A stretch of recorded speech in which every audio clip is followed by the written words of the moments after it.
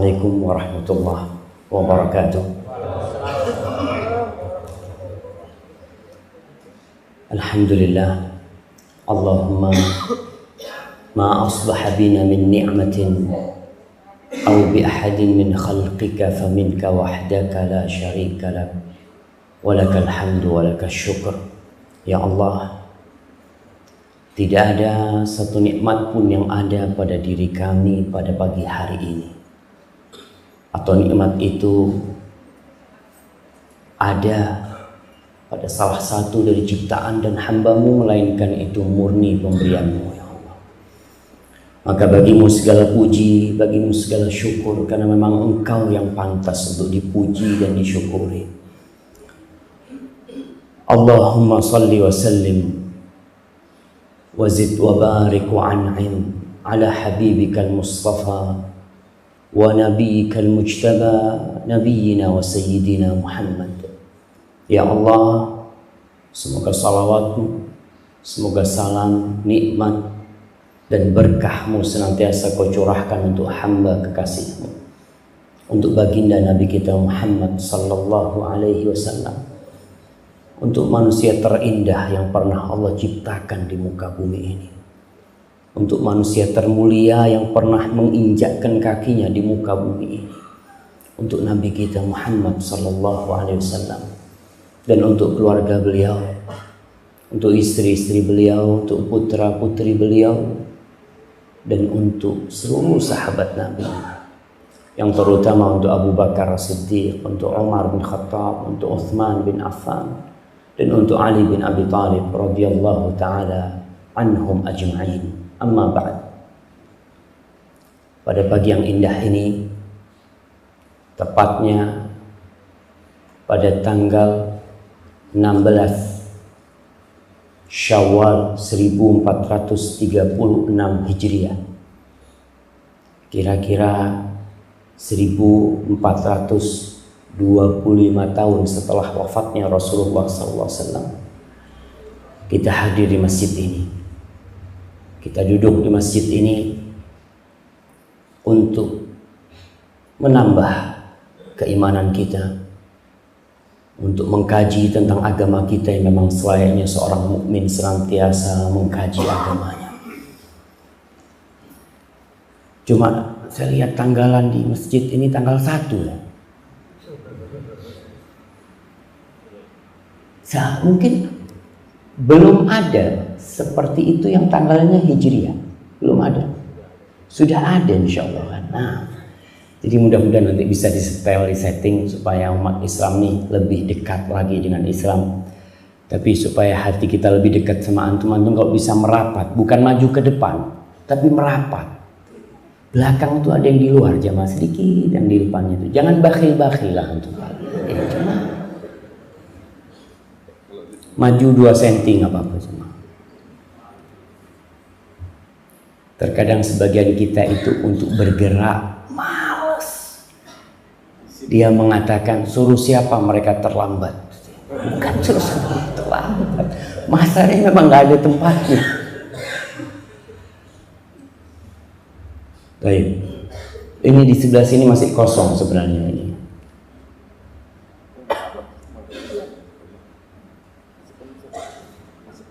Di luar. Untuk dinding dikhususkan buat yang tua-tua lah. Yang muda-muda ini maju lah.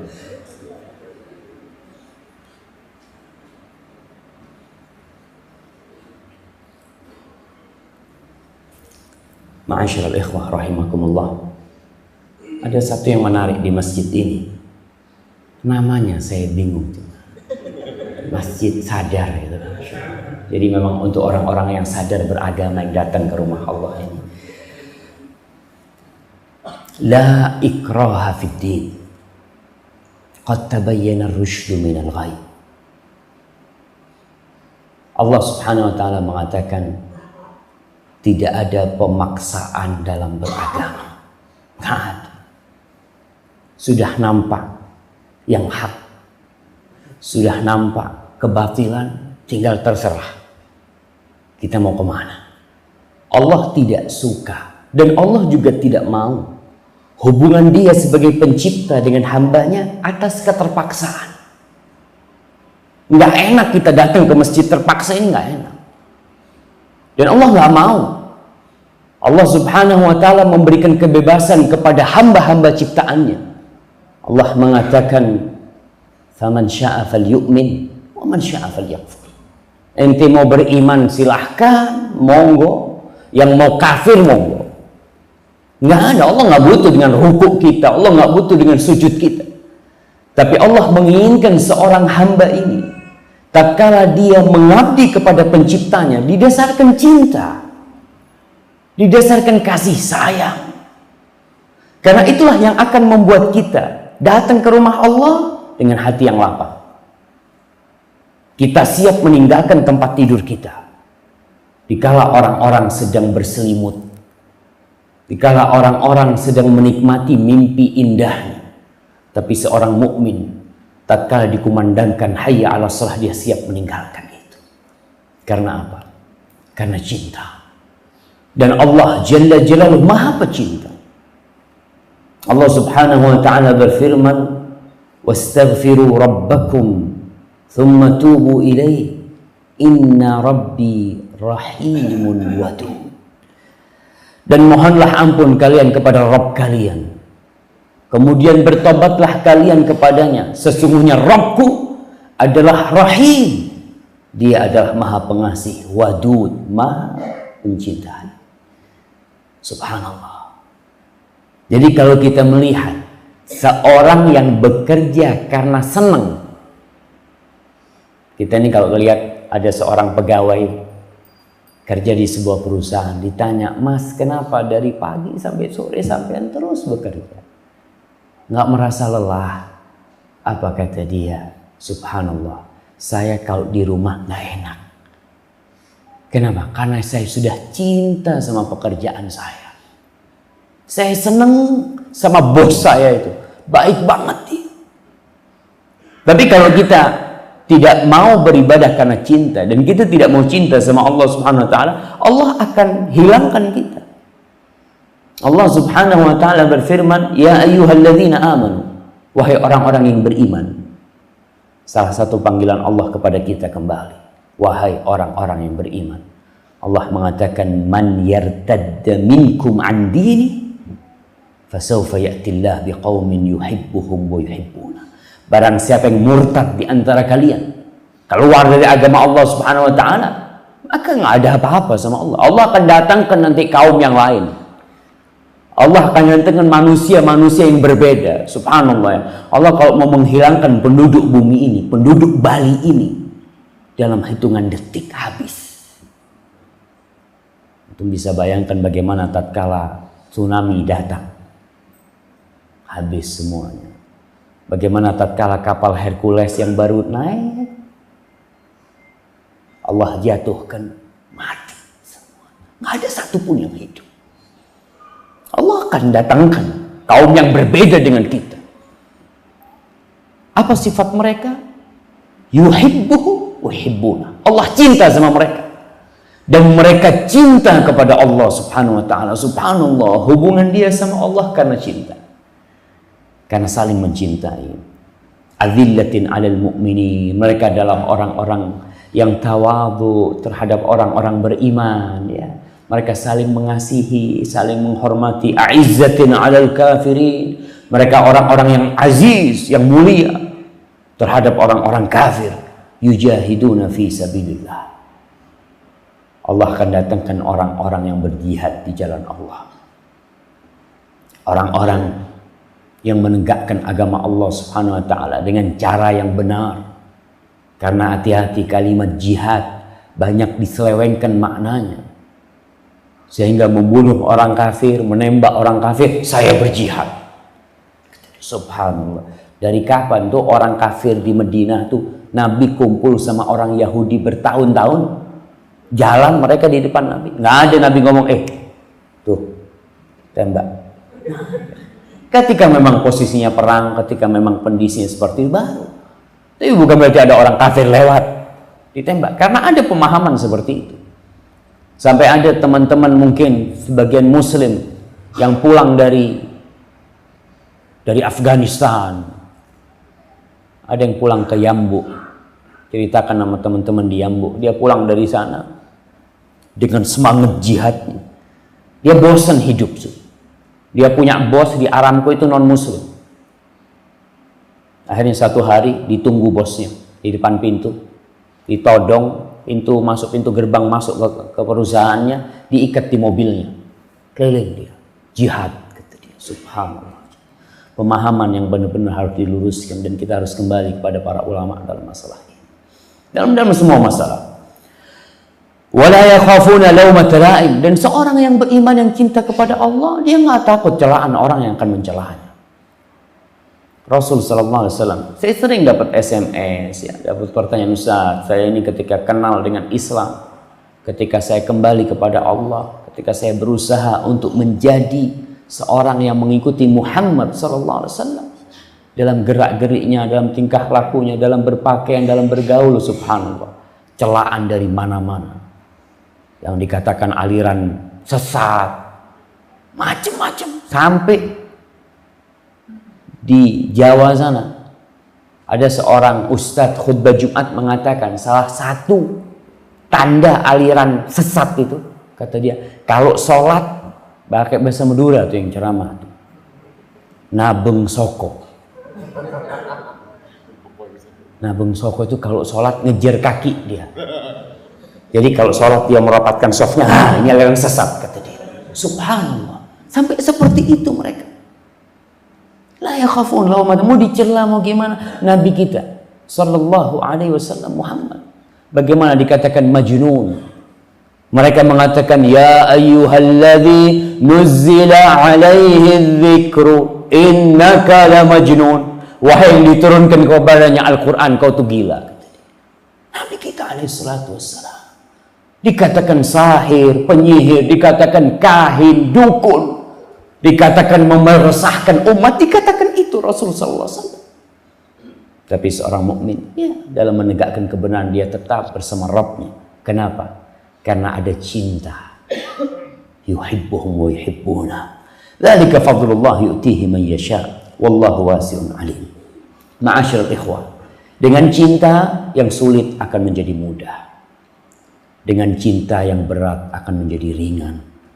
Dengan cinta yang buruk akan menjadi indah. Dengan cinta yang jauh akan menjadi dekat.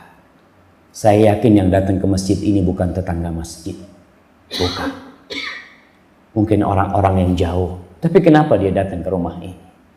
Karena ada cinta mereka kepada Allah Subhanahu wa Ta'ala. Dia datang ke tempat ini. Kadang-kala ada orang yang datang pengajian dari kota yang berbeda, datang. Jauh, nggak ada jauh. Kadang-kala 8 jam mereka jalan. Kita lihat bagaimana sahabat-sahabat Nabi yang cinta kepada ilmu. Jabir bin Abdullah Al-Ansari datang dari kota Madinah. Berangkat kemana? Ke Syam. Ada sebagian sahabat berangkat ke Mesir perjalanan 1 bulan. Cuma untuk 1 hadis. Mereka lakukan perjalanan itu. Karena apa? Karena cinta. Tapi kalau sudah tidak ada cinta,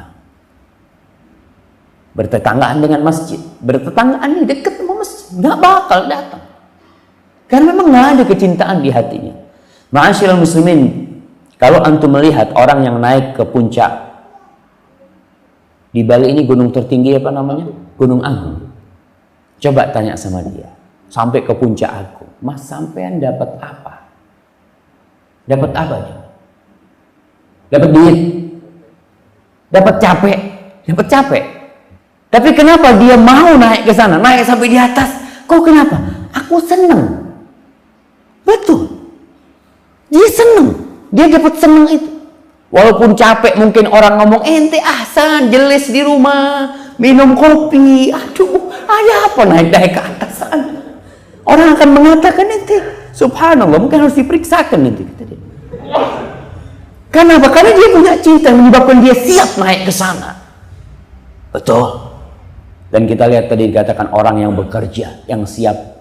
Kadang-kala jadi kuli bangunan dia.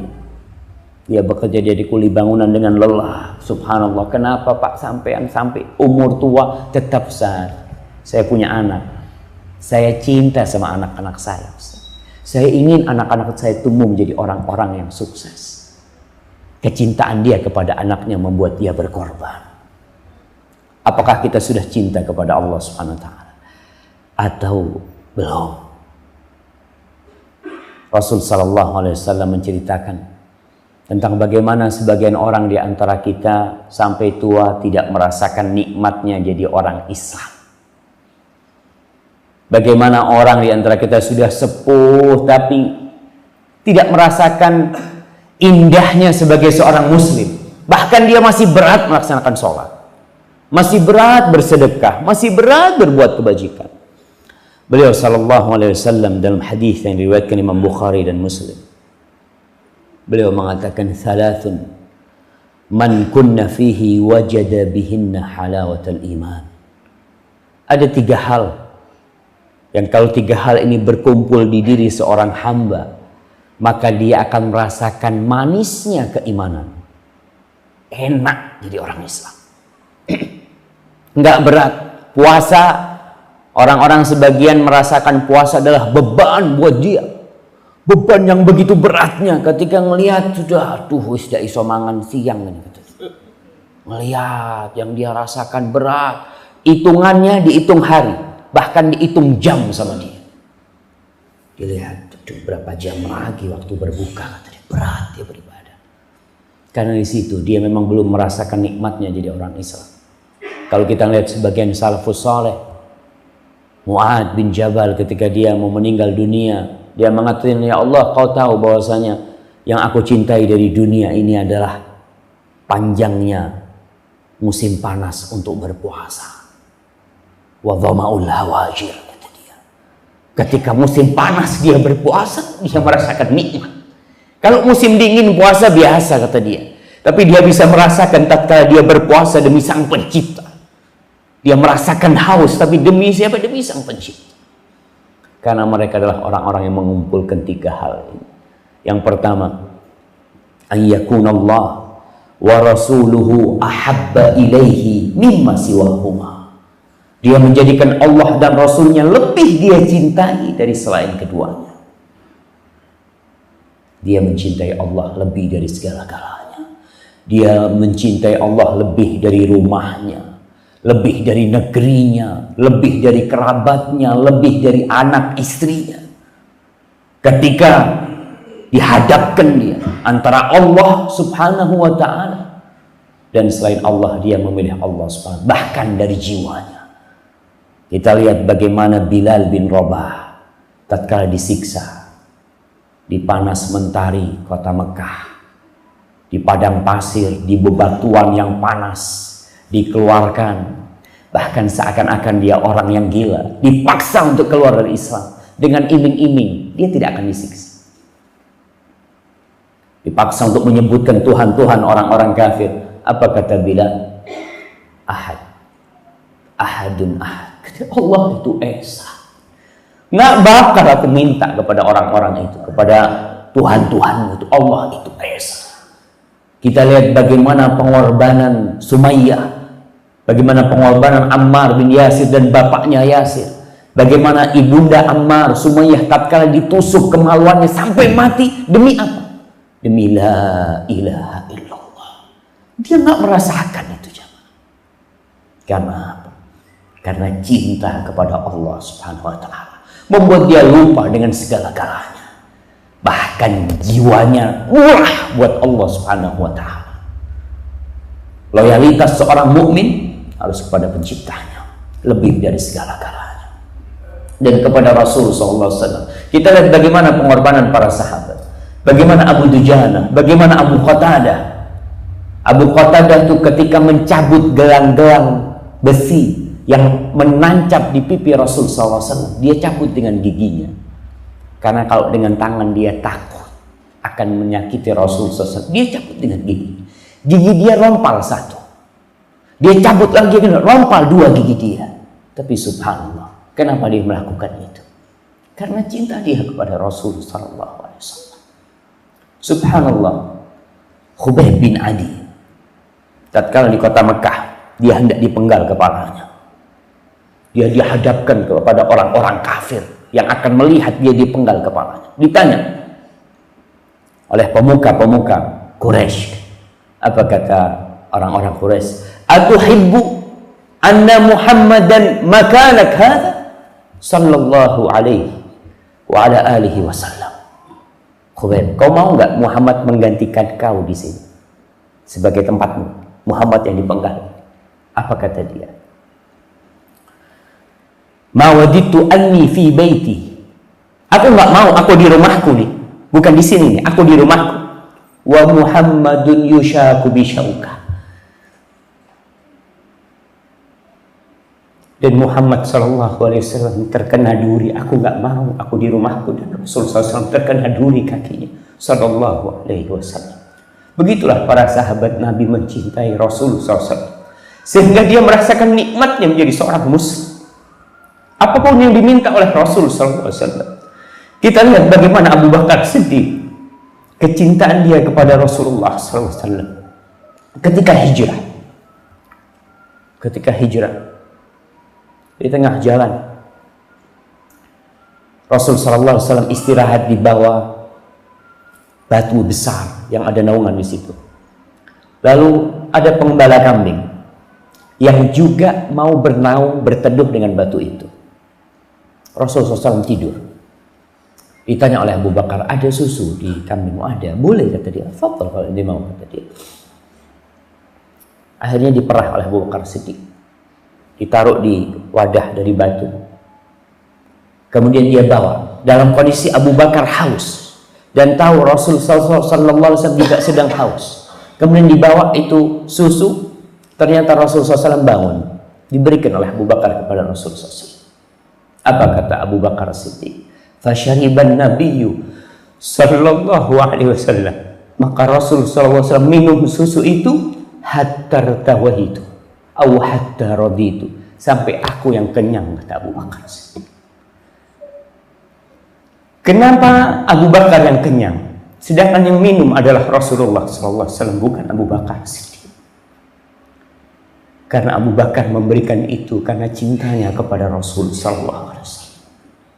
Kita lihat bagaimana seorang ibunda yang dia siap tidak tidur malam menggendong bayinya, dia gendong terus.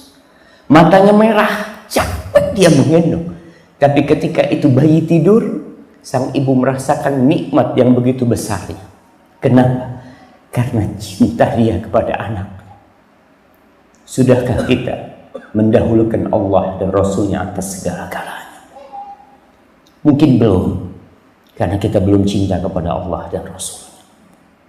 Kita lebih cinta kepada orang yang menghadiahkan kepada kita emas-emasan. Kita lebih mencintai orang yang memberikan rumah untuk kita, memberikan mobil untuk kita, memberikan pekerjaan untuk kita.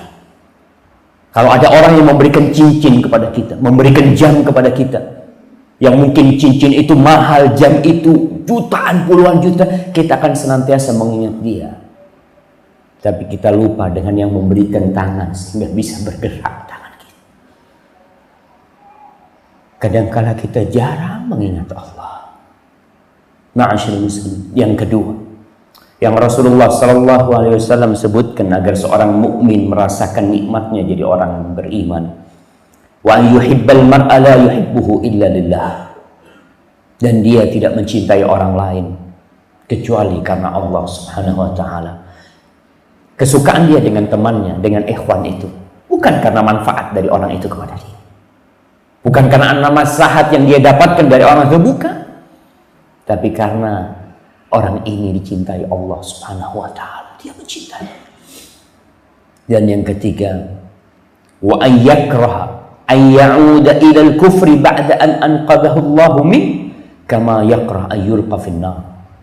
Dan dia harus benci untuk menjadi orang kafir lagi setelah Allah selamatkan dia.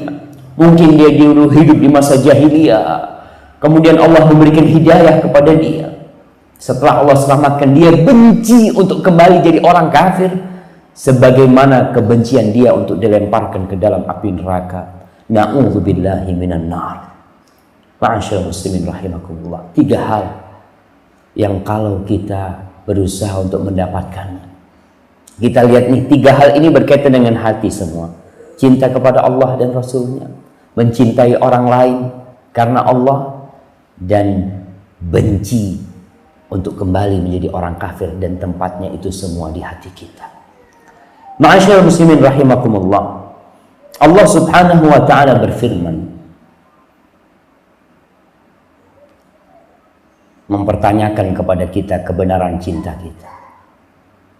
Allah mengatakan, "Qul in kana aba'ukum wa abna'ukum wa ikhwanukum wa azwajukum wa ashiratukum wa amwalun iqtaraftumuha wa tijaratun takhshawna kasadaha wa masakinu tardawnaha ahabba ilaykum minallah wa rasulihi wa jihadin fi sabilihi fatarabbasu hatta ya'tiyallahu bi amrih wallahu la yahdil qaumal fasiqin."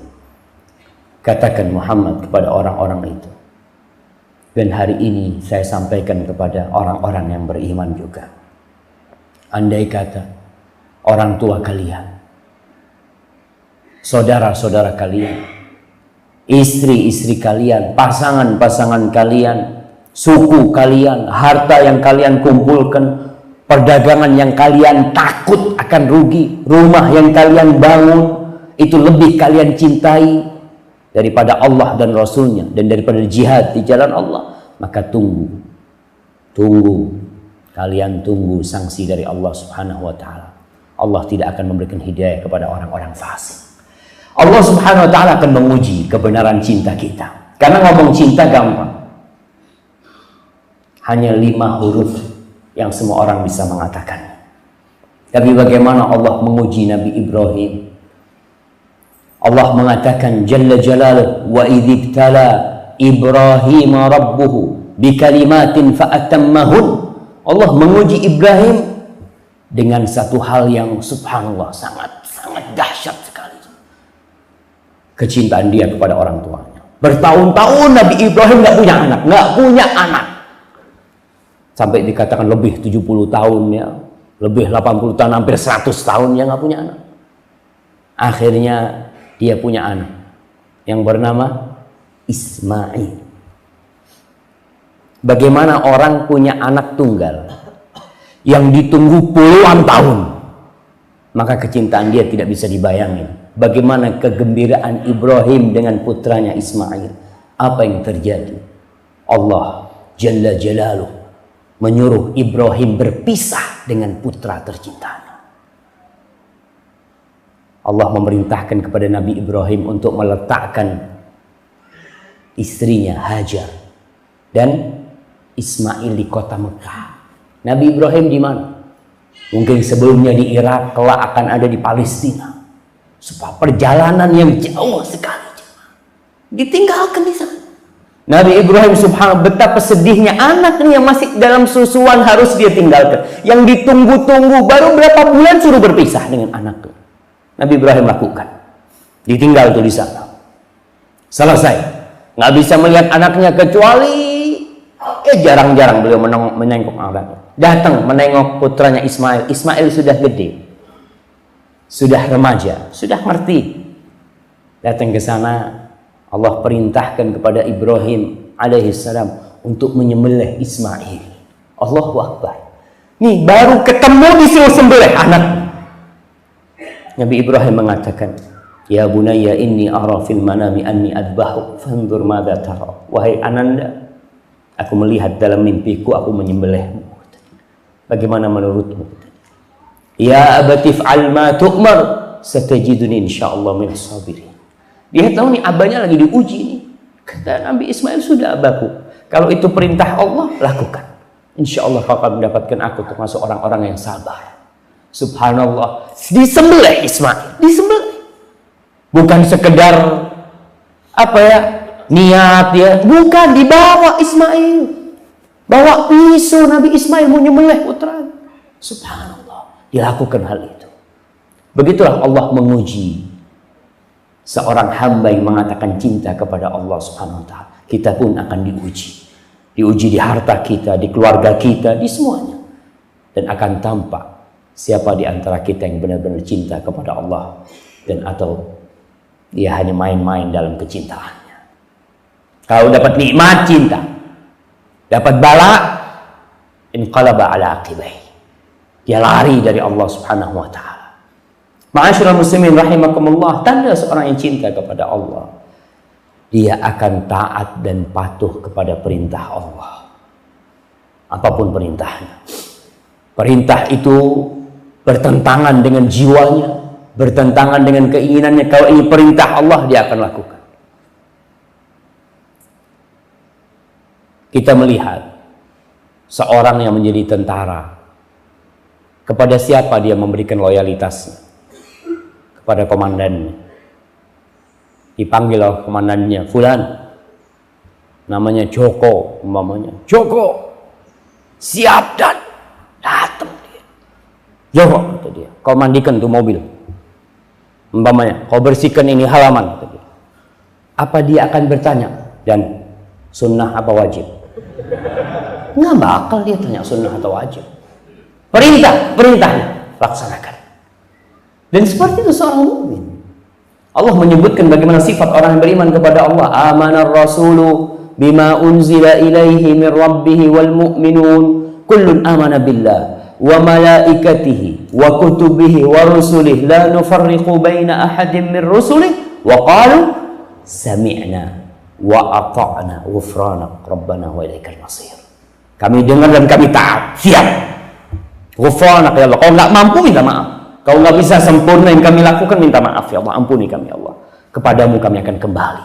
Nanti akan ada perhitungan dengan Allah Subhanahu wa taala dengan segala yang kita lakukan. Sebagian ulama mengatakan sebuah syair ya yang biasa diucapkan, ta'sil ilaha wa anta taz'umu hubbahu. Kau bermaksiat kepada Allah dan engkau mengklaim bahwasanya engkau cinta kepada Allah Subhanahu wa taala. Ini satu hal yang nggak bisa. Nggak bisa itu terjadi. Seorang yang saling mencintai, suami istri ini, ketika istrinya ngomong, "Bang, aku kepingin soto lah bang," kata dia. "Tolong abang belikan," kata dia. Apa kata suaminya? "Apa yang kau minta, apa yang kau berikan istriku." Subhanallah. Karena dia cinta, apapun, kemana dia akan lakukan. Karena memang orang yang cinta itu dia akan taat kepada kekasihnya, apapun yang diminta. Bagaimana tatkala yang meminta kepada kita adalah Allah Subhanahu wa taala. Allah minta kita keluarkan harta. Umpamanya ini sedekah. Allah suruh kita sedekah. Dan sifat orang-orang yang beriman, wa mimma razaqnahum yunfiqun. Dan dari apa yang kami rezekikan kepada mereka, mereka berinfak. Ingat nih, setiap yang kita keluarkan itu bukan harta kita. Itu adalah pemberian Allah Subhanahu wa taala kepada kita. Allah suruh, laksanakan. Suruh berangkat haji, suruh sholat, suruh apa, laksanakan. Karena itu perintah Allah Subhanahu wa taala dan itu tanda kecintaan seorang hamba kepada yang dia cintai. Kemudian orang yang mencintai kekasihnya, dia akan senantiasa menyebut kekasihnya. Dia akan senantiasa berzikir, berulang-ulang nama kekasihnya dia sebut. Karena dia cinta. Di mana di pasar dia sebut kekasihnya, kemana aja. Naik motornya, dia akan sebut Allah Subhanahu wa taala. Subhanallah, ya Allah, ini motor nih pemberianmu ya Allah. Masuk rumahnya dia akan mengatakan bismillah, ya Allah, nih aku bisa masuk rumah nih karena engkau ya Allah. Dia pakai baju, dia akan ingat dengan yang memberikan baju itu, bismillah ya Allah, ini karena engkau ya Allah. Subhanallah. Dia makan, dia akan mengatakan bismillah. Semua gerak-gerik dia akan bersama asma Allah Subhanahu wa taala. Karena dia cinta dengan kekasihnya. Ma'asyiral muslimin rahimakumullah. Tatkala seorang sahabat datang kepada Nabi minta nasihat, apa kata Rasul sallallahu alaihi wasallam? La yazalu lisanuka ratban bi dzikrillah. Lidahmu jaga untuk selalu basah dengan zikrullah. Subhanallah jamaah. Orang kalau kesandung ketika dia biasa menyebut kekasihnya, yang dia akan ucapkan adalah astaghfirullah, bismillah, subhanallah. Karena apa? Karena dia memang cinta dengan kekasihnya. Itulah yang akan jadi sebutan dia. Kemudian orang yang mencintai kekasihnya akan cinta kepada kalam kekasihnya. Allah subhanahu wa ta'ala menurunkan Al-Quranul Karim. Allah menurunkan firman-Nya. Kata Ibnu Mas'ud radhiyallahu ta'ala anhu, "Man ahabba an ya'lam annahu yuhibbullaha wa rasulahu falyanzur, wa in kana yuhibbul Qur'an fa innahu yuhibbullaha wa rasulahu." Kalau kau ingin tahu kau tuh cinta enggak sama Allah dan Rasulnya, lihat kecintaanmu kepada Al-Quranul Karim. Bagaimana hubunganmu dengan kalamullah? Kalau hubunganmu baik, kau cinta dengan Al-Quran, maka kau cinta kepada Allah dan Rasulnya. Naam jemaah. Kalau kita cinta dengan kalamullah, itu salah satu bukti kecintaan kita kepada Allah Subhanahu wa ta'ala. Allah memulai kitabnya dengan cinta dan kasih sayang. Allah memulai Al-Quran dengan Bismillahirrahmanirrahim. Supaya kita tahu bahwa dari awal sampai akhir, isinya Al-Quran ini rahmat. Isinya Al-Quran ini adalah cinta dan kasih sayang Allah kepada hamba-Nya. Allah mulai dengan Ar-Rahman. Allah itu maha pengasih. Allah itu maha penyayang. Subhanallah. Tapi bagaimana kita dengan Al-Quranul Karim? Kadangkala cuma Ramadan kita membaca Al-Quranul Karim. Maka usahakan. Jangan pernah kita memejamkan mata kita kecuali kita membaca Al-Quran Karim.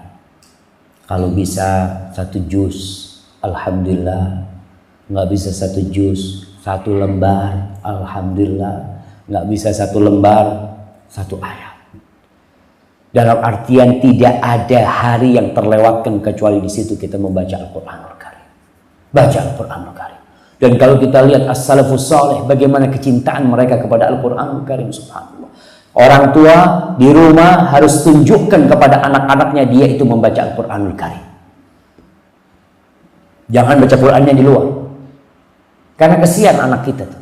Ketika anak kita tidak pernah melihat bapaknya baca Al-Quran, maka bagaimana akan tumbuh kecintaan dia kepada Al-Quranul Karim? Mungkin bapaknya baca Quran, baca kok. Tapi bapaknya nggak pernah baca Al-Quranul Karim. Baca di rumah, di ruang tamu, sambil minum kopi, sambil apa. Nggak harus kita baca Quran tuh dalam kondisi di atas sejadah ya. Sambil santai pun di depan rumah kita ya, mau sarapan, nunggu sarapan, baca Al-Quranul Karim. Alhamdulillah sekarang dimudahkan. Subhanallah ya. Allah mengatakan walaqad yassarnal Qur'ana lidzikr fahal min muddakir. Sesungguhnya kami sudah memudahkan Al-Quran itu untuk diingat. Adakah di antara kalian yang mau mengingatnya? Usahakan tiap tahun hafalan Quran kita tambah. Masa umur 55 tahun hafalan Qurannya tetap qul huwallahu ahad, qul a'udzu bil falaq, qul a'udzu bin nas. Tapi kalau fulus gaji selalu ingin tambah. Padahal derajat kita nanti di surga sesuai dengan banyaknya hafalan Al-Quran kita. Akan dikatakan kepada sahibul Quran, iqra warattil warqa kama kunta turattil fid dunya fa inna manzilataka 'inda akhiri ayatin taqra'uha atau kama qala Rasul sallallahu alaihi wasallam. Akan dikatakan kepada orang yang membaca, yang hafal Quran ini, baca, tartilkanlah dan naiklah derajat. Tuh, akan naik derajatnya dengan banyaknya hafalan Quran. Derajatmu akan berhenti di akhir ayat yang kau baca. Tapi kalau umpamanya cuma 3 surat, ya sudah. Cuma sampai berapa derajat ya. Alhamdulillah, apalagi orang-orang yang sudah tua. Jangan dikatakan Ustaz, orang sudah tua susah hafalannya. Susah dia menghafal. Subhanallah, Quran beda. Allah mengatakan walaqad yassarna. Kami sudah memudahkan. Di Madinah ada orang baru mulai menghafal Al-Quran umur 60 tahun. Umur 63 hafal Al-Quranul Karim. Subhanallah. Kenapa? Niat. Allah mudahkan. Tinggal mau tidak kita membaca Al-Quranul Karim. Ma'asyiral muslimin rahimakumullah. Kata Utsman bin Affan radhiyallahu taala anhu, "Lau tahurat qulubukum ma syabi'tum min kalami rabbikum atau ma syabi'at min kalami rabbikum." Kalau hati kalian bersih, suci, kalian tidak akan pernah puas membaca Al-Quranul Karim. Subhanallah. Rahmat, nur, huda, petunjuk dari Allah, kita baca terus. Jangan koran yang dibaca. Kadang-kala kita nih, awal yang kita baca adalah WA, BBM, Facebook, SMS. Awal hari yang kita baca itu. Lupa kalau yang seharusnya menjadi awal bacaan kita adalah kalam Allah tabaraka wa ta'ala. Kemudian orang yang cinta kepada Allah akan rindu untuk datang ke rumah Allah Subhanahu wa taala. Rindu nih. Bagi yang laki-laki akan rindu di sini nih, rumah Allah yang di sini. Juga ada rumah Allah yang ada di Mekah di sana. Dia akan menabung, dia punya duit 100.000 dia taruh terus. Kenapa kau kumpulkan duit itu? Untuk bangun rumah, untuk beli mobil? Enggak. Aku kangen sama Mekah. Aku kepingin bisa tawaf di rumah Allah Subhanahu wa ta'ala. Karena cinta yang membuat dia menabung terus, dia akan rindu untuk datang ke sana. Sudahkah kita rindu untuk datang ke rumah Allah? Atau kita malah merindukan yang lainnya? Kita merindukan untuk datang ke Singapura, datang kemana. Tapi di antara kita kadang-kala ada yang tidak merindukan rumah Allah Subhanahu wa ta'ala. Kemudian orang yang cinta kepada Allah akan ridha dengan takdir Allah Subhanahu wa ta'ala. Karena dia tahu ini terjadi karena Allah. Ya sudah. Kalau itu karena Allah, aku akan ridha. Ketika dia terjadi umpamanya motor dia hilang di antara ratusan motor yang diparkir nih, umpamanya antum keluar dari masjid motornya hilang, antum harus berpikir, kenapa di antara ratusan motor ini punya anak yang hilang? Subhanallah ya Allah. Allah Subhanahu wa ta'ala kata Rasulullah SAW, idza ahabballahu 'abdan ibtalah. Allah kalau cinta sama hambanya, Allah akan kasih bala orang itu. Subhanallah ya Allah. Mudah-mudahan ini bala tanda kecintaanmu kepadaku ya Allah. Dia akan kembali kepada Allah Subhanahu wa ta'ala. Apapun yang terjadi, dia akan ridha bahwa itu terjadi karena izin Allah Subhanahu wa ta'ala, dan dia tidak akan mengatakan lau anni fa'altu kadza kana kadza wa kadza. Andai kata enggak ada dalam kamus hidup dia. Ini sudah terjadi. Dia akan mengatakan qadarullah wa ma syaa fa'al. Ya Allah. Maka kita lihat ketika orang kena musibah, dia akan mengatakan ini takdir Allah dan Allah bebas berbuat apa saja. Karena semua milik Allah. Ketika ada musibah, ketika saudara kita meninggal, ketika orang tua kita meninggal, apa yang diucapkan seorang muslim? Inna, bukan innahu, bukan. Dia tidak mengatakan dia milik Allah, bukan. Dia mengatakan inna, kami nih, kita nih semua inna lillah, semuanya milik Allah. Kok dia milik Allah, kita pun milik Allah Subhanahu wa ta'ala.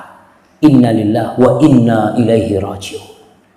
Maka orang yang seperti ini, ulaika alaihim salawatu min rabbihim wa rahmah wa ulaika humul muhtadun. Mereka adalah orang-orang yang akan mendapatkan salawat dari Allah. Allah bersalawat kepada dia, kepada orang yang ridha dengan takdir Allah Subhanahu wa ta'ala. Antum masih ingat dengan hadis seorang anak yang dicabut nyawanya. Ketika Allah menanyakan kepada malaikat-malaikatnya, qabattum walada abdi, kalian cabut nyawa hamba, anak hambaku? Naam, kata malaikat. Qabattum samrata fuadi, kalian cabut nyawa buah hatinya yang dia cintai, kalian cabut? Naam, iya ya Allah. Lalu Allah bertanya, wa huwa a'lam bima qala. Madza qala 'abdi? Apa yang dikatakan hambaku? Allah tahu dengan apa yang dikatakan hamba. Tapi Allah ingin menunjukkan kemuliaan hambanya ini. Apa yang dikatakan hambaku? Apa kata malaikat-malaikat Allah? Hamidaka wastarja. Ya Allah, dicabut nyawa ke anaknya, dia memujimu ya Allah. Dia memujimu dan beristirja mengatakan inna lillahi wa inna ilaihi raji'un. Maka Allah mengatakan kepada malaikatnya, ubnu li abdi baitan fil jannah wa sammuhu baital hamd. Bangunkan buat hambaku rumah di surga dan kasih nama rumahnya itu rumah pujian. Diuji sama Allah, dia memuji Allah Subhanahu wa ta'ala. Karena apa? Ya Allah, ini takdirmu ya Allah. Kau menentukan hal ini. Kalau aku kumpulkan semua dokter untuk ngobatin anakku, nggak bakal bisa sembuh. Kadang-kadang ada orang yang trauma. yang anaknya sebelum meninggal dibawa ke dokter. Kata dokter, insya Allah nggak masalah, silahkan dibawa pulang, nggak perlu ngamar. Sampai rumah anaknya meninggal dunia. Dia menyesal. Dia mengatakan, andai kata aku bawa ke dokter yang lain, andai kata aku opnam masjid, nggak bakalan bisa kembali. Kalau sudah Allah tentukan, datang tuh ajal. Maka ma'asyiral muslimin, tanda kecintaan seorang hamba, apapun yang terjadi, dia akan ridha dengan takdir Allah Subhanahu wa ta'ala. Dia akan berusaha, dia akan menata hatinya, dan dia yakin bahwa yang terjadi ini sudah dituliskan 50.000 tahun sebelum diciptakannya langit dan bumi. Apa yang membuat dia bersedih hati pada hal itu? Dia serahkan semuanya kepada Allah Subhanahu wa ta'ala. Ma'asyiral muslimin rahimakumullah,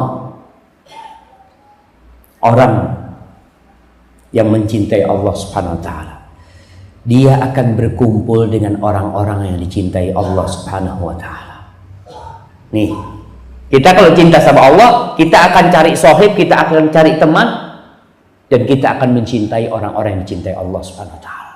Allah itu kalau cinta sama hambanya, nada Jibril, Allah akan memanggil Jibril. Dipanggil Jibril, ya Jibril, inni uhibbu fulan. Wahai Jibril, aku cinta kepada fulan. Fa'ahibbah, maka kau cintai dia. Kau cintai dia. Fa'ahabbahu Jibril, maka Jibril pun mencintai orang itu. Thumma nada Jibril fi ahli sama. Kemudian Jibril akan menyeru kepada penghuni-penghuni langit, mengatakan kepada mereka, innallaha ahabba fulanan fa'ahibbuh. Allah cinta kepada fulan, kalian semua harus cinta sama dia. Fa'ahabbahu ahlus sama, maka semua penghuni langit mencintai orang itu.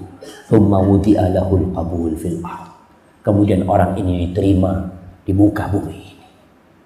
Maka kita kalau cinta kepada Allah, kita harus cinta kepada orang-orang soleh. Kita harus berteman dengan mereka. Nggak boleh kita benci dengan orang soleh yang kita tahu nih orang subhanallah, ini orang hamba Allah nih, datang ke masjid, dia berusaha melaksanakan sunnah Rasulullah SAW.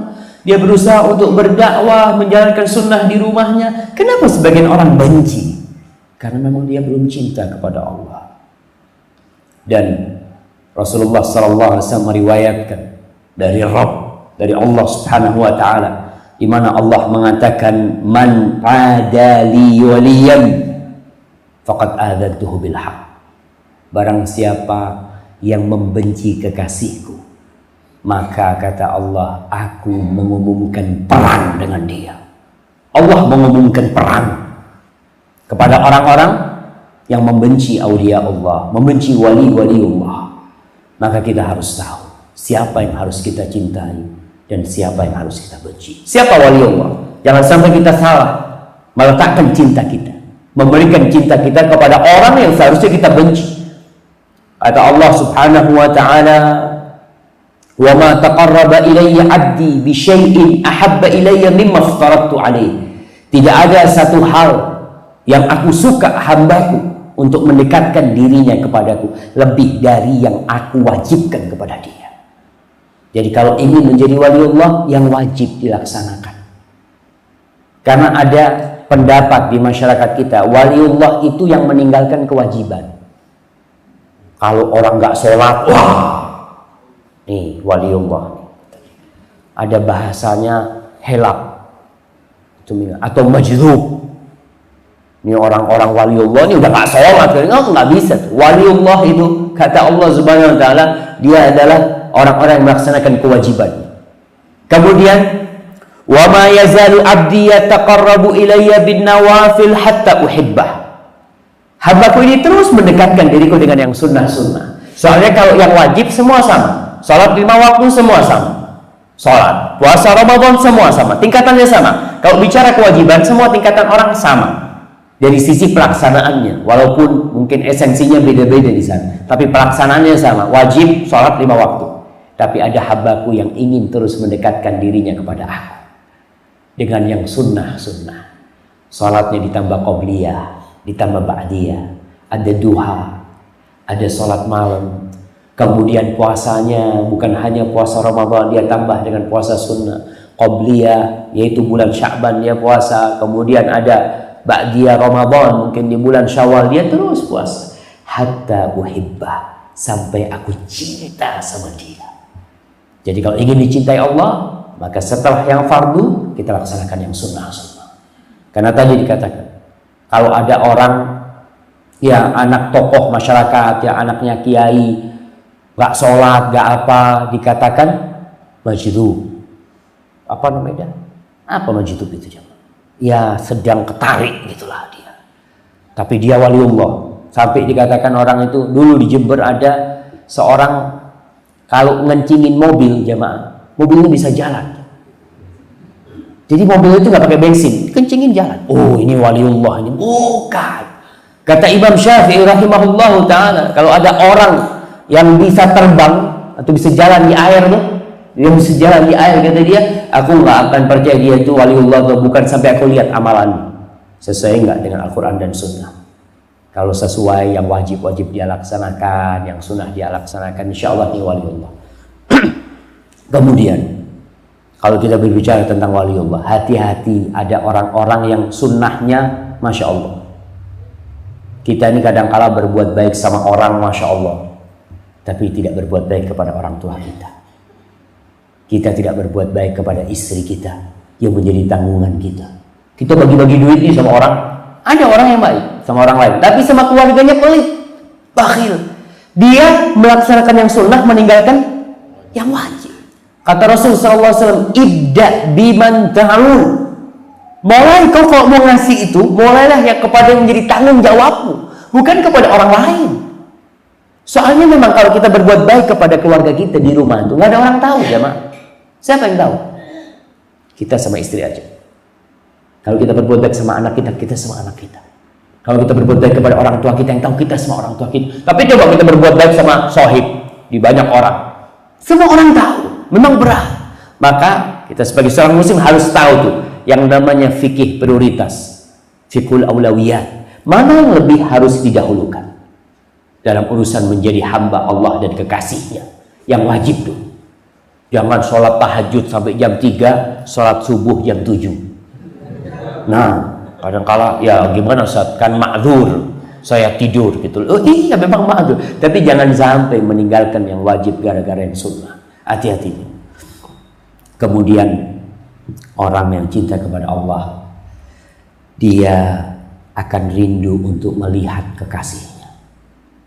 Dia akan rindu untuk melihat Allah Subhanahu wa ta'ala. Pernahkah kita merindukan untuk melihat wajah Allah Subhanahu wa ta'ala? Subhanallah jemaah.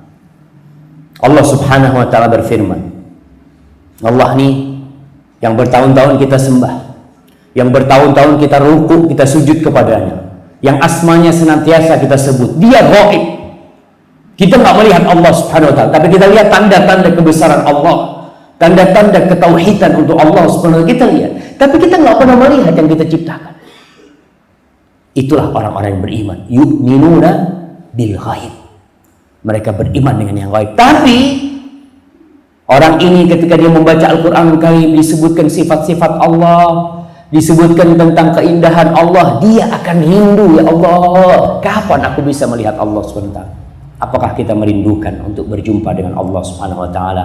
Allah Subhanahu wa ta'ala berfirman, lilladzina ahsanul husna wa ziyadah wa la yarhaqu wujuhahum qatarun wa la dhillah ulaika ashabul jannah hum fiha khalidun. Di surat Yunus ayat 26, Allah mengatakan bagi orang-orang yang berbuat ihsan, yang berbuat amal kebajikan, maka bagi mereka adalah surga, pahala yang baik, wa ziyadah, dan tambahan. Apa tambahan itu? Melihat wajah Allah Subhanahu wa ta'ala. Rasul sallallahu alaihi wasallam mengatakan dalam hadis riwayat Muslim, idza dakhala ahlul jannah al jannah, apabila penghuni surga sudah masuk surga, qal yaqulullah tabaraka wa ta'ala, ini penghuni surga sudah masuk surga semuanya, yang di neraka sudah masuk neraka semuanya. Allah berkata kepada penghuni surga, hal turiduna aw turiduna syai'an azidukum, Apakah kalian mau tambahan dari aku? Apa kata penghuni surga? Fayaqulun alam tubayyit wujuhana, alam tudkhilna al-jannah. Ya Allah, bukankah engkau sudah mencerahkan wajah kami, memutihkan wajah kami, dan engkau sudah memasukkan kami ke surga.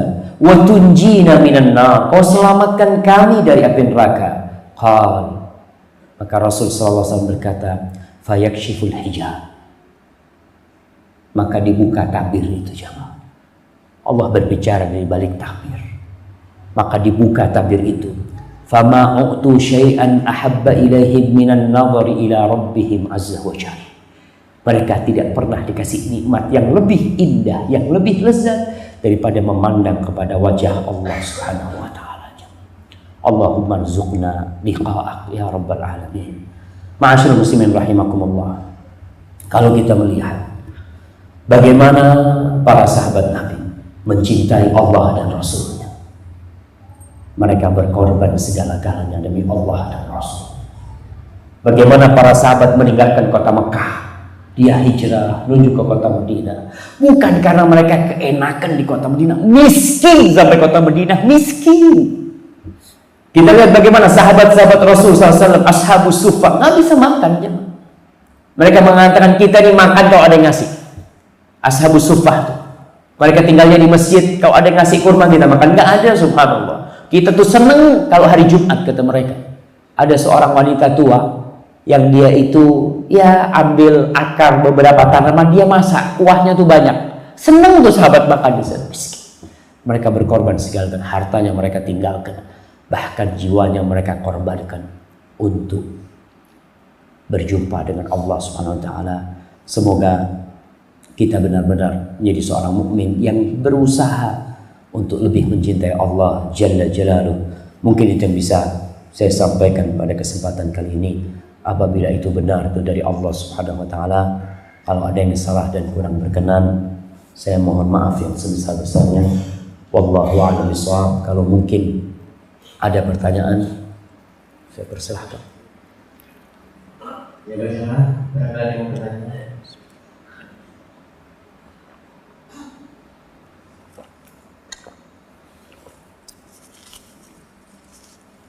Saya suka sama pertanyaan lewat kertas, jemaah. Kenapa? Kalau nggak bisa jawab enak, ini ditaruh gitu kan. Tapi kalau langsung kan Ustaznya nggak bisa jawab, gimana nih gitu kan? Jadi nggak enak gitu kan. Tapi tetap kalau nggak bisa jawab ya ngomong wallahu alam, gimana lagi memang nggak bisa jawab. Kadang-kala kita ini menyuruh Ustadz itu tahu segala-galanya, nggak mungkin. Kita ini bukan ulama nih, kita ini baru penuntut ilmu. Ya kalau Ustadz kayak Ustadz Fauzi, ahlan wa sahlan. Kalau anak afwan kelas. Nah, barakallahu fikum ya. Bagaimana hukum berbuka dengan rokok? Wah,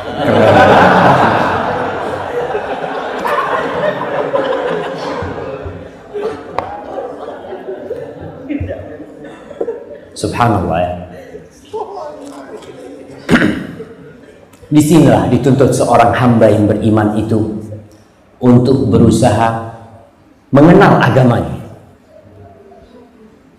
Kalau kita lihat selama bulan puasa, di bulan puasa itu ada penyucian jiwa hamba dan penyucian jasmani dia juga. Kalau kita lihat Rasul SAW berbuka dengan apa? Beliau alaihi salatu wassalam mengatakan, idza afthara ahadukum falyuftir ala tamarat. Kalau kalian berbuka, hendaklah berbuka kurma. Ini perintah dari Rasul SAW, perintah. Ketika itu perintah, memang kalau kita bicara, Ustaz, hukumnya kan sunnah, Ustaz. Iya, kalau kita bicara itu naam lah. Tapi nggak perlu tanya itu. Alhamdulillah, kurma banyak dijual sekarang. Ketika kita buka kurma, tamarat. Kalau nggak ada kurma, Nabi berbuka apa? Air. Nggak ada kurma, jangan rokok. Air. Setelah makan kurma dan minum air, kemana Rasul SAW? Makan yang lainnya, makan roti, makan apa? Enggak, kemana? Ke masjid. Subhanallah. Kita bisa rasakan, kata seorang muslim ambil kurma, dia gigit tuh kurma. Ya Allah, Nabimu makan kurma juga, ya Allah. Dia rasakan bagaimana dia mengikuti. Aku ini nggak suka sama kurma sebenarnya. Nggak suka, banyak orang nggak suka sama kurma. Dia lebih suka sama es campur, sama apa mungkin. Tapi ketika dia makan kurma, kenapa dia makan kurma? karena Nabi mau makan kurma, ya Allah, aku juga mau makan kurma walaupun aku nggak suka, tapi lama-lama akan suka. Sahabat Nabi sebagian, kalau nggak salah Ibnu Abbas, Ibnu Umar, dia dapat hadis kalau Nabi itu suka sama korok. Korok itu labu kuning. Jadi Nabi kalau disuguhkan sama sahabatnya korok itu sisa-sisanya itu sampai bersih gitu kan jamaah. Ketika sahabat ini tahu Nabi suka korok, dia benar nggak suka, tapi karena tahu Nabi suka, dia jadi suka. Tadilah ketika kita memulai dengan cinta, semuanya akan kita cintai. Apapun yang disukai oleh kekasih kita, kita akan suka. Jadi kalau berbuka dengan rokok, masa kita berbuka dengan sesuatu yang dibenci oleh Allah Subhanahu wa Ta'ala? Awal kita memulai dari pagi tadi kita nggak perlu puasa, terus sampai matahari terbenam. Dan ketika kita berbuka karena Allah nyuruh kita berbuka, ya Allah, kau suruh aku berbuka, aku makan. Maka mulailah dengan kurma, jangan sama rokok, apalagi rokok. Pemerintah kita mengharamkan rokok apa tidak? Mengharamkan rokok. Antum melihat tulisan-tulisan, rokok membunuhmu. Boleh orang bunuh diri di pemerintah kita? Boleh nggak orang bunuh diri? Nggak boleh, haram secara hukum pemerintah ya. Kemudian di tulisan rokok apa? Rokok membunuhmu. Berarti orang bunuh diri?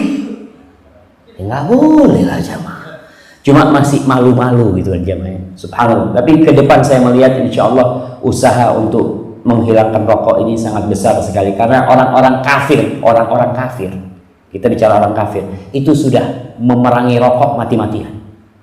Kita lihat umpamanya di airport ya, itu orang-orang perokok itu dikumpulkan di ruang kaca kecil gitu ya. Kalau banyak, subhanallah. Saya punya teman perokok, dia masuk ke sana, kata dia, kita nggak perlu rokokan, sudah taruh sudah. Ini asapnya Marlboro, asapnya semuanya ada semua, kata dia. Di ruang ini, kata dia. Subhanallah. Memang dia benar-benar dikumpulkan di sana tuh orang-orang yang subhanallah jamaah. Tapi memang dibaratkan benar-benar diperangi. Larangan-larangan merokok itu kan di mana nggak boleh merokok, di situ nggak boleh merokok ya. Tapi namanya perokok kadang-kala memang karena sudah candu ya. Saya doalah mudah-mudahan yang merokok bisa berusaha untuk berhenti merokok. Kemudian kalau kita lihat perokok ini banyak yang tidak niat berhenti, tidak niat, tapi kepingin berhenti. Saya kepingin berhenti, tapi tidak niat. Kalau ente niat berhenti, yang pertama apa? Berdoa, ya Allah bantu aku untuk berhenti merokok ya Allah. Ketika dia berdoa, Allah mengatakan ud'uni astajib lakum, minta sama aku akan kabulkan. Tapi nggak pernah minta sama Allah SWT. Dan kemarin saya dapat nasihat dari seorang jamaah, kalau mau berhenti merokok, kata dia, jangan ngurangi merokok, jangan, tapi berhenti. Soalnya kalau ngurangin hari ini 1 pak, besok 3 pak. Ya karena biasanya 4 pak, dia tiap hari kalau saya ngurangin lah, 1 hari cukup 1 batang, 2 batang, besoknya kembali lagi dia. Berusaha jamaah. Tiap kertas saya baca 1 pertanyaannya jamaah ya. Soalnya yang lainnya nanti nggak kebaca.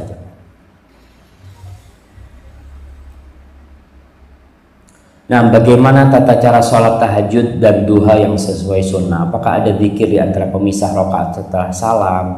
Dan mohon penjelasan sholat Jumat. Adakah ba'diyah, qobliyah, dan rakaatnya? Subhanallah. Berkaitan dengan sholat tahajud, bebas-bebas aja orang mau berzikir ya. Karena kita lihat tahajud ini kan waktunya memang waktu berdoa. Allah Subhanahu wa Ta'ala mengatakan ketika turun sepertiga malam ke langit dunia, sepertiga malam akhir ke langit dunia, Allah mengatakan hal min sa'ilin fa'utiyah, hal min mustaghfirin fa'aghfiralah. Apakah ada orang yang mau minta, aku akan kasih. Apakah ada orang yang mau meminta ampunan, aku akan ampuni. Fadhol, kita mau berdoa, tapi dan inti sholat tahajud sendiri adalah doa juga. Ketika rukuk, ketika sujud kita. Dan Allah Subhanahu wa Ta'ala menyebutkan tentang orang-orang yang menghuni surga kelaknya. Allah mengatakan tentang mereka, wabil ashari hum yastaghfirun, dan di waktu sahur mereka beristighfar. Wallahu a'lam bishawab. Itu yang Anda tahu. Ketika sholat duha kita memang capek mau berzikir, mau disambung ya disambung. Kalau kita melihat memang sholat tahajud Rasul sallallahu alaihi wasallam itu, Aisyah menceritakan beliau sholat 4 rakaat. Jangan ditanya tentang indah dan panjangnya. Kemudian sholat lagi 4 rakaat, jangan ditanya tentang indah dan panjangnya. Kemudian beliau sholat 3 rakaat. Di sini para ulama menjelaskan sebenarnya sholat Nabi itu 2-2, tapi di keempat beliau istirahat. Jadi yang 2-2 itu habis 2 salam kemudian nyambung lagi, baru yang seakan-akan nyambung sholatnya, yang di keempat beliau baru di situ berhenti beristirahat. Ya ketika beristirahat, wallahu a'lam, Anda nggak pernah tahu ada doa-doa khusus memang di antaranya. Tapi seorang muslim ketika memang ada yang hendak dia minta pada Allah SWT, dia minta pada waktu itu. Barakallahu fikum. Kemudian untuk ba'diyah dan qabliyah Jumat berkaitan dengan sebelum Jumat, ada sholat sunnah sebelum Jumat.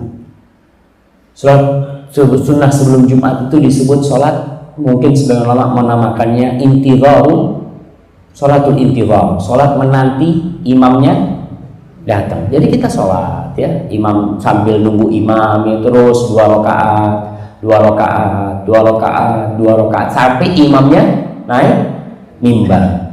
Tapi itu tidak dimasukkan kepada, ya kalau dibilang qobliyah, qobliyah itu artinya kan sebelum Jumat. Jadi memang pelaksanaan sebelum Jumat, tapi tidak seperti qobliyah duhur. Karena kalau kita lihat sholat qobliyah itu dilaksanakan kapan? Setelah azan apa sebelum azan? Setelah azan. Setelah azan imamnya sudah naik. Gimana kok mau sholat qobliyah? Karena kalau azan yang pertama itu tidak menunjukkan masuk waktu sholat. Enggak. Waktu sholatnya kapan? Azan yang kedua. Sebagai masjid-masjid ini azan berapa kali? Sekali ya. Ada masjid yang azannya 2 kali. Azan yang pertama itu tidak menunjukkan masuk waktu sholat. Karena dulu azannya itu 1 jam sebelum, kira-kira sejam sebelum azan yang kedua, azannya Utsman bin Affan itu disebutkan. Jadi waktunya cukup lama azan itu dikumandangkan. Jadi kalau qobliyah itu setelah azan yang kedua, nggak ada qobliyah itu karena imamnya sudah naik dan kewajiban makmum adalah mendengarkan ceramah. Adapun ba'diyah Jumat, ada ba'diyah Jumat kalau di masjid biasanya dilaksanakan 4 rakaat, kalau di rumah 2 rakaat. Wallahu a'lam bishawab.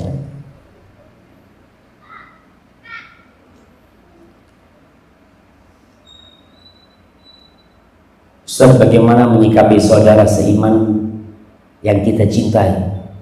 Kita cinta kepadanya karena Allah, namun sebaliknya dia malah menghujat, menyingkirkan kita karena beda memahami ilmu agama. Doakan.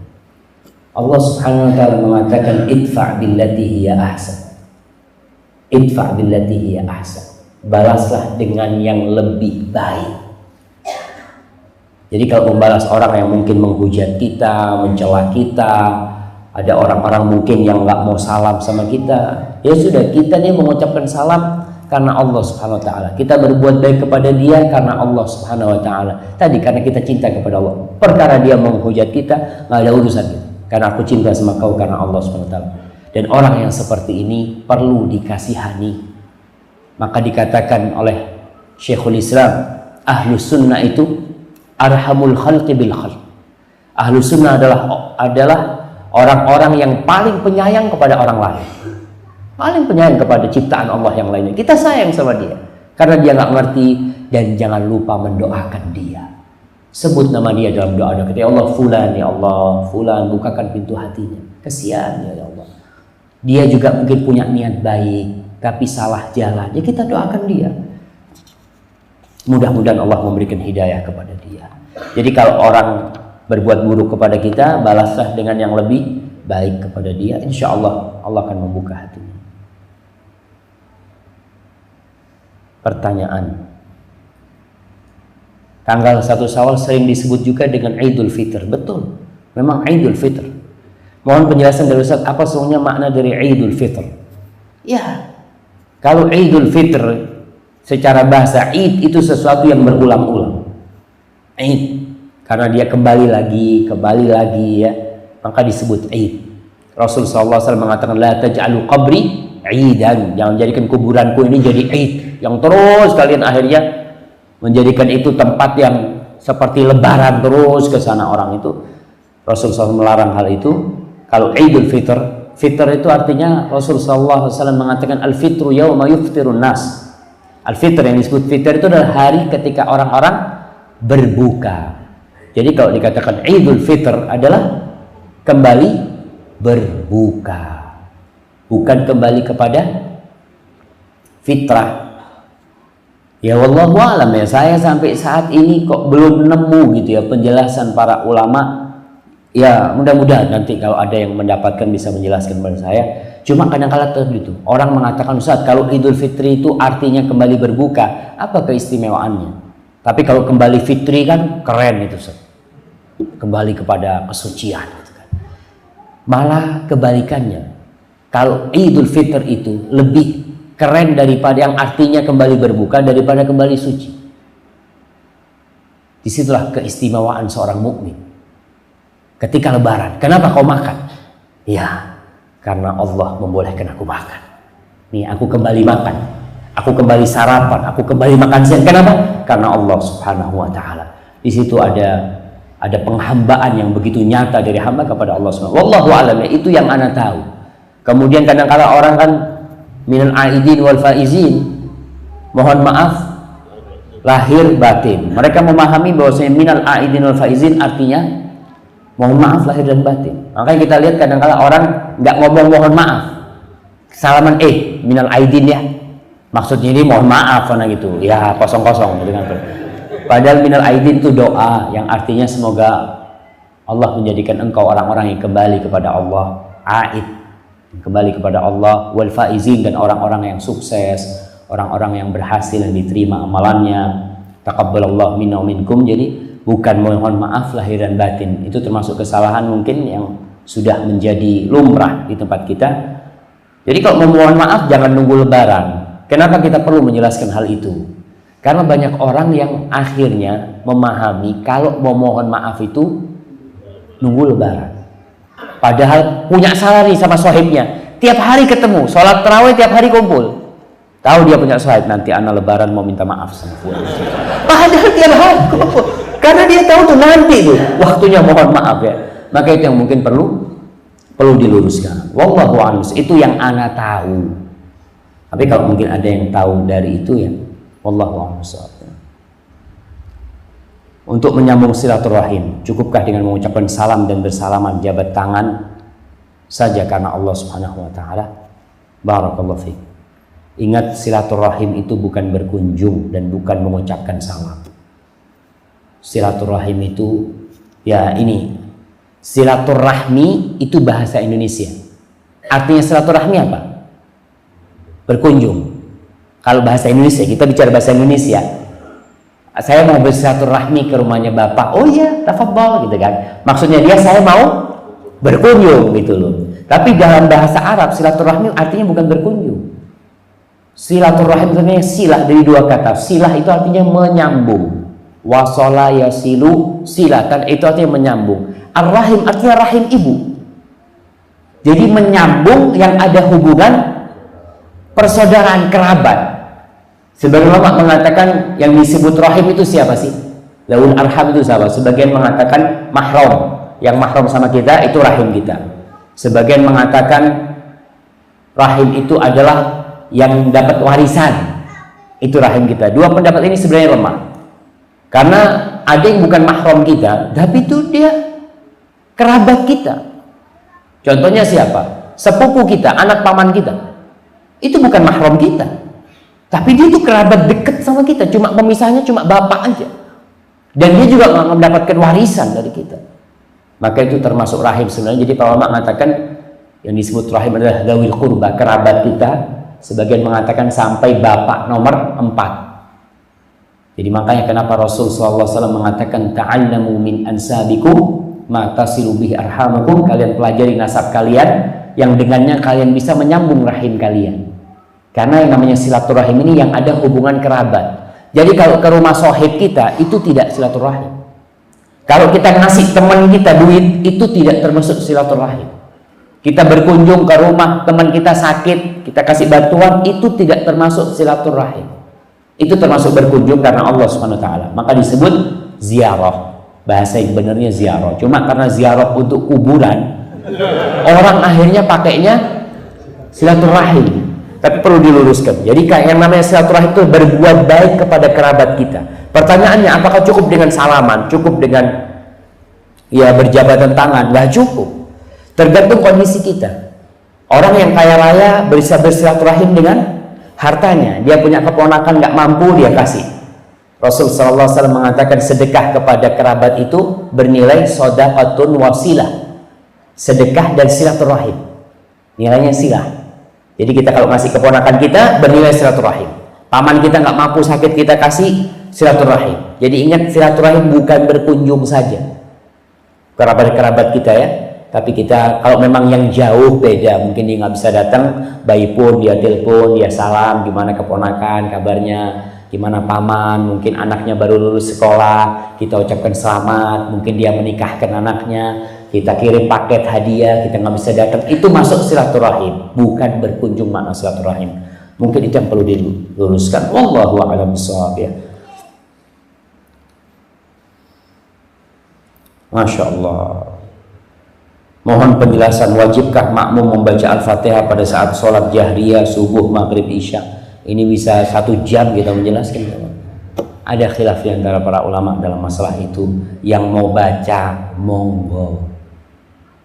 Yang nggak mau baca karena berpendapat bacaan imam cukup buat bacaan dia, ya monggo. Bismillah. Kalau saya ditanya, oh panjang macam.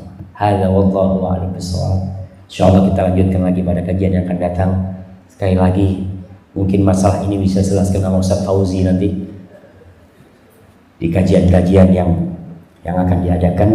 Subhana rabbika rabbil izzati amma yasifun wa salamun alal mursalin walhamdulillahi rabbil alamin. Assalamualaikum warahmatullahi wabarakatuh.